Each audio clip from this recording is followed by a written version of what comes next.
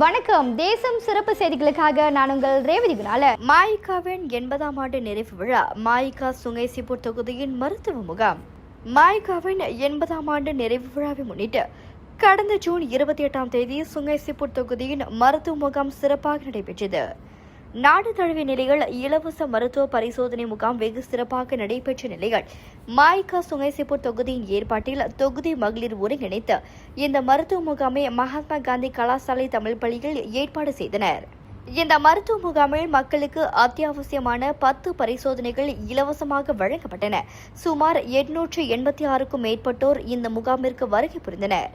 மகளிர் தலைவி திருமதி சரோஜா ஒருங்கிணைத்து அரசாங்க மருத்துவர்கள், தாதியர், எய்ம்ஸ் பல்கலைக்கழகத்தின் உடற்பயிற்சி சிகிச்சை நிபுணர்களை வரவழைத்து இந்த முகாம் ஒத்துழைப்பை நல்கினர்.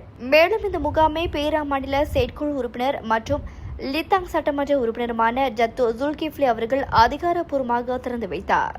மாயிகா சுங்கைசிப்பூர் தொகுதியின் தலைவர் திரு வி சின்னராஜு பிபிஎன் மாயிகாவின் 80ஆம் ஆண்டு நிறைவு விழாவை முன்னிட்டு நாடு தழுவிய நிலையில் இலவச மருத்துவ பரிசோதனை முகாமை வழிநடத்த ஏற்பாடு செய்த மாயிகா தேசிய தலைவர் தான்ஸ்ரீ விக்னேஸ்வரன், துணைத் தலைவர் டத்தோஸ்ரீ சரவணன், உதவி தலைவரும் பேர மாநில தலைவருமான தான்ஸ்ரீ ராமசாமி, உதவி தலைவர் டத்தோ முருகையா ஆகியோருக்கு தமது நன்றி தெரிவித்துக் கொண்டார்.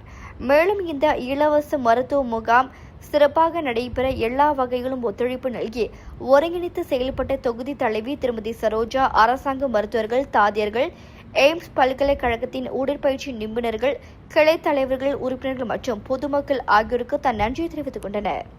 இத்துடன் இன்றைய செய்திகள் நிறைவடைகின்றன. மேலும் பல ஆன்மீக செய்திகளை தெரிந்து கொள்ள தேசம் டிவி மலேசியா யூடியூப், டிக்டாக் மற்றும் இதர சமூக வலைதளங்களை பின்தொடருங்கள்.